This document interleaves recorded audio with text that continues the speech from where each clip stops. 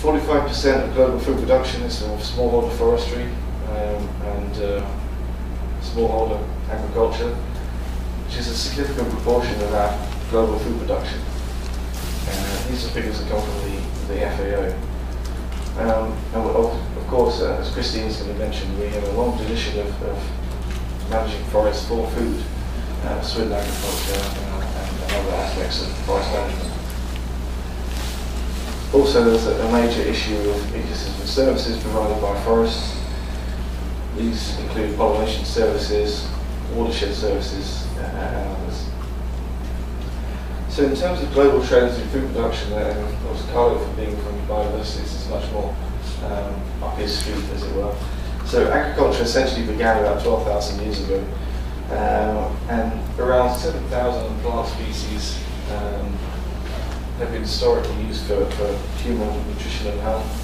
But there's been a very clear trend towards diet simplification, basically focusing on a very narrow range of crop species. So today 12 plant crops and 14 animal species provide up to 98% of our global food needs, and 3 of those, wheat, rice and maize, provide more than 50% of our global calorific intake. So this essentially is resulting in diet simplification, as it's termed, but this has major nutritional implications. More than 800 million people are undernourished, and 200 million people, children are still underweight, despite the fact we produce enough food. In 2009, more than 1 billion people were classified as hungry, which is the highest number in recorded history. Of course, this is to do with population and demographic issues. And a further 1 billion people suffer from micronutrient deficiencies, particularly vitamin A, iron, and zinc. I was just in Zambia actually, and USAID ran a workshop on issues related to nutrition. And one major problem in Southern Africa is the micronutrient deficiencies of vitamin A, particularly, which causes rickets and other major problems. There's a huge incidence of type 2 diabetes among urban dwellers. I'll touch on that in a second slide. And also diet simplification, reliance on 2 or 3 crops, basically makes us vulnerable to catastrophic events. The current drought in the US, for example, is a very good representative issue. But of course,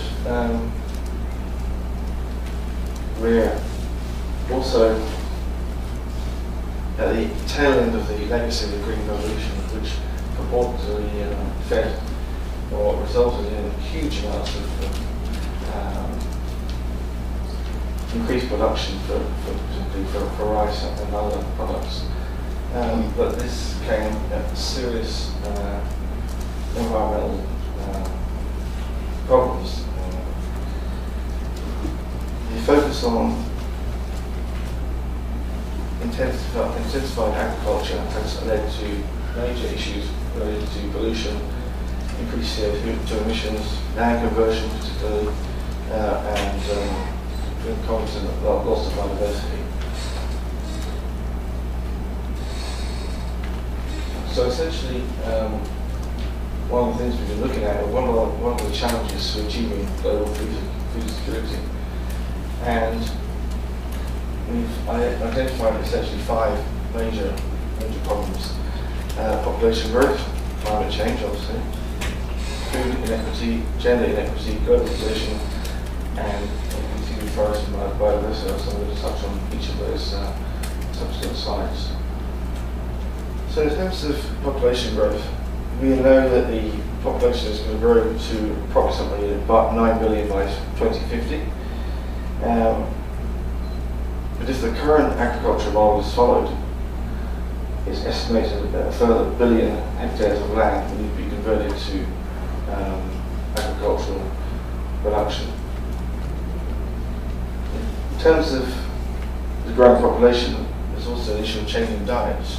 As people become richer, there's a much more, a greater emphasis, if you like, on wheat-based diets, which is, as we all know, a very inefficient use of resources.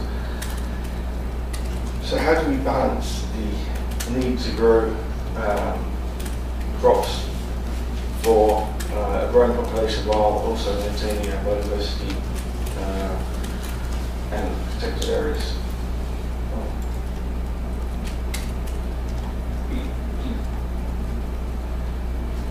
Climate change. Essentially, many of the food price issues have been driven by vicissitudes in climate. As I said, the current drought in the US was forcing up food prices again. In 2008, for example, we experienced major food price issues, and that's going to happen again related to drought in North Africa, North America rather. Essentially, the agricultural yields in Africa are scheduled to decline by more than 30%, which is a major issue. And as I mentioned, the food price issue has led to major social unrest in many countries. If I just show this slide here, these are the spikes in food prices, and they correlate to social unrest in particular countries. So if you look here, this is 2008, this is the start of the Arab Spring, which is precipitated by increased food prices, and 2011, same thing. So the whole issue of food supply and food prices are heavily correlated with not only biodiversity issues but also social and political issues. There are many who believe that we actually do grow enough food globally to supply the growing populations of the world. And we have an issue of food inequity. So each day 1 billion people are hungry, as I mentioned earlier, I think by nutrient deficiencies, but also 1 billion people are overweight or obese. So essentially there's a global feast or famine for many people. And this inequity is a major issue. Food waste is also a major problem. I mean, we all buy those pre-packed salads, I'm sure, 2 days in the fridge and they get thrown out. Post-harvest loss is a problem in developing countries, and post-purchase loss is also a major problem in developed countries. And food security is often linked to purchasing power. Singapore and Hong Kong are food secure, for example, because they can actually afford to buy food. And the land grabs that have been seen in countries like Liberia and elsewhere, related to countries that are food dependent but have no production systems, are a great indication of this major problem of people, countries are having purchasing power but no production base at all.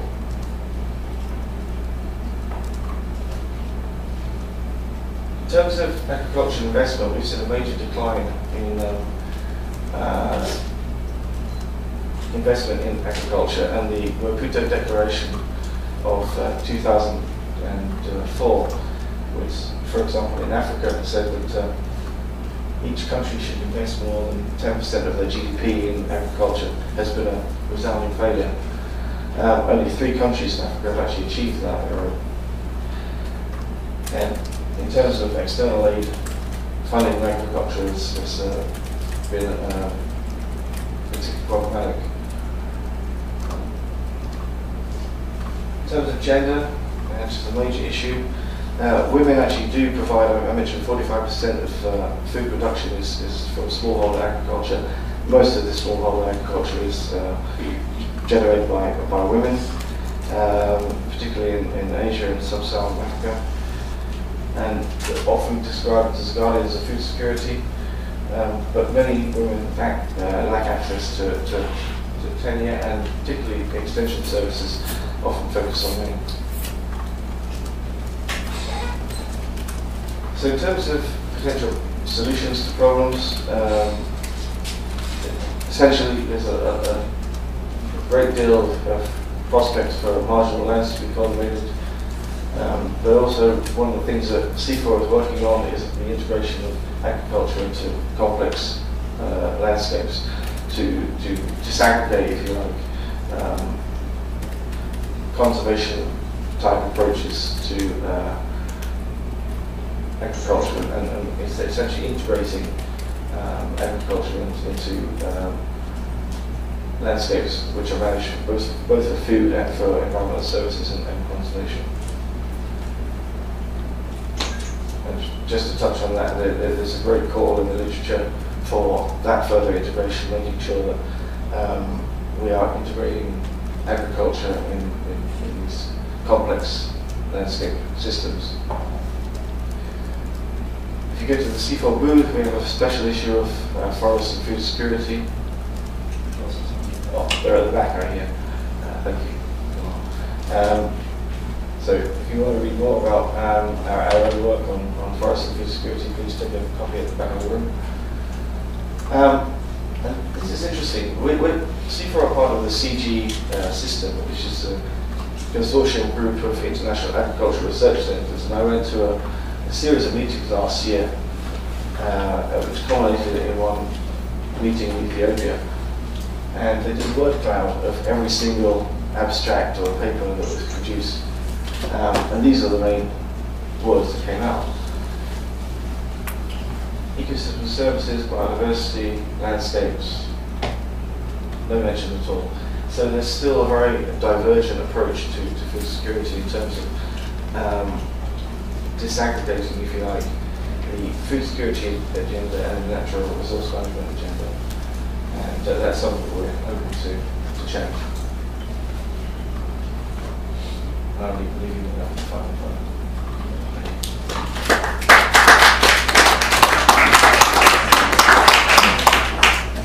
Thank you, Terry. If there is any burning questions for Terry, please. Yes. Yeah, Terry, you mentioned that there had been a drop in agricultural investment in agriculture, but at the same time there had also been a boom in agricultural prices, increase of 50 to 80%. It seems contradictory. It does. And so the increasing food prices have not led to increasing investment in agriculture. It doesn't, no. Okay, but it has led to clearing of forests for agricultural purposes. Land conversion for agriculture is still a major issue, but the biggest problem is conversion to production crops like oil palm and rubber and other commodities, which are obviously very profitable. And go for export markets. Exactly. Any other question? Just a comment. I don't know if you have mentioned the problem of land being bought by other countries for their own future food security. I don't know if you have mentioned it. I think I did mention it, but it's a major issue. Okay, thank you very much. Now ask for Bernasi to give his presentation.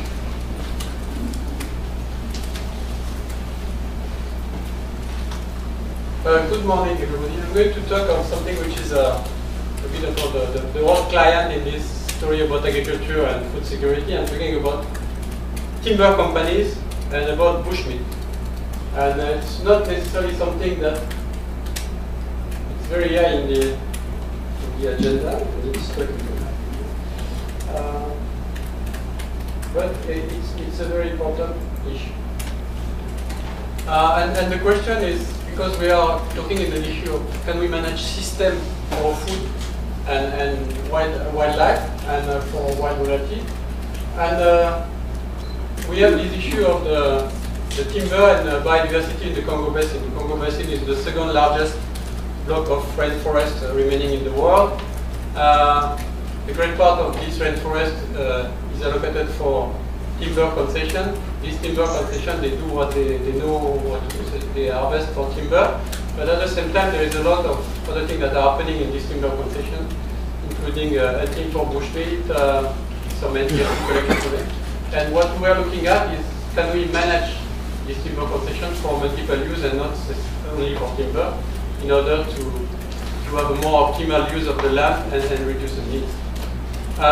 So briefly, if you look at the recent study in 2011, I mean, if you look at the Congo Basin, what we can call ordinary land is about 450,000 kilometers square. This is non-gazetted land, this place where people do shifting cultivation, where there are some plantations.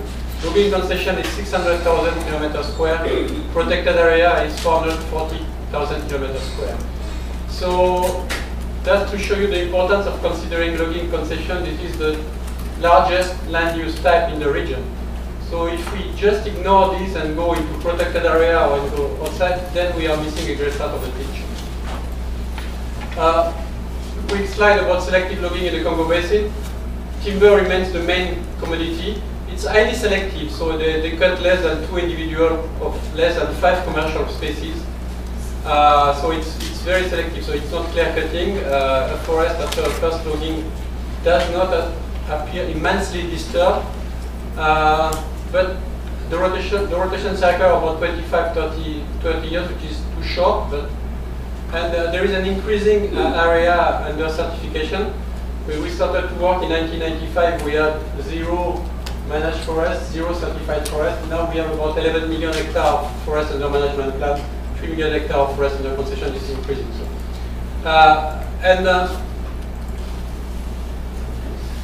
there is direct link between the intensity of harvest and the quality of the residual forest.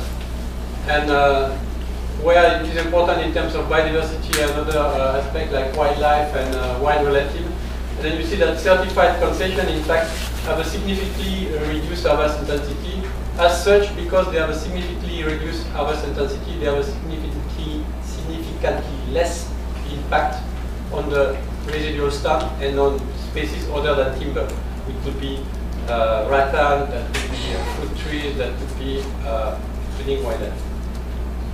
And then I will not comment very much this one, but system. What you see is that it's a principal component analysis on dirty over concession, and the concession that have no plan, no management plan, and not engaged into certification have no consideration at all for any biodiversity or food-related issue. The one that are preparing a management plan, they start to have a little bit of consideration of biodiversity. The one with a management plan area and the certified area. So although certification is not perfect, certified concession have more explicit rules to manage other things than timber and to protect other things than timber. Now if we move to the issue of timber and wildlife, what's the reason? As it is now, the current harvest of bushmeat in the Congo Basin is about 5 million tons per year. It's a large amount. If we went to convert that in terms of, okay, let's ask the people to stop hunting and to raise cattle, we will have to deforest about 25 million hectares of forest to make pasture. This is clearly not possible for various other reasons. So we can probably have some alternative use, raise chicken, raise pig, something like that, but in the end, and because 30 to 80% of the protein intake come from this bushmeat, what we need is we need to manage the wild resources, and we need to manage the wild resources in a system, working with the systems that are existing now. Or what are the systems that are existing now? It's protected areas, so we are not going to allow people to hunt into protected area and do that. And timber concession. These are the two main systems we have in terms of a formal system in the Congo Basin. I'm not talking about the shifting cultivation where people do garden hunting and so on, because it's more or less, I would say, under control as long as the population doesn't increase too much. But there are a lot of problems in terms of managing bushmeat and in logging concession. The issue, the classical one, bad governance, influence of elite and corruption, the lack of motivation for the logging company. I mean, so why should they bother? Unclear definition and responsibility among stakeholders. I mean, you will talk to the logging manager and he will tell you, my job is to harvest the timber, is not to manage the local people or any other one that is coming here to end the animals. And then there was some specific solution that were proposed during a workshop with the colleague traffic colleague in Libreville, and about sensitization, strengthening local governance, strengthening law enforcement, create incentives to encourage the private sector. Nothing really new, but I mean things that we have been keeping repeating as a mantra for the last 25 years, and that we are not doing. Conservation is doing conservation, logging is doing logging, and nobody is talking to logging. Other type of solution, of course, there are additional costs. Then we can work in terms of additional funding, reallocating logging revenue. There is this issue of the high demand of bushmeat from urban areas.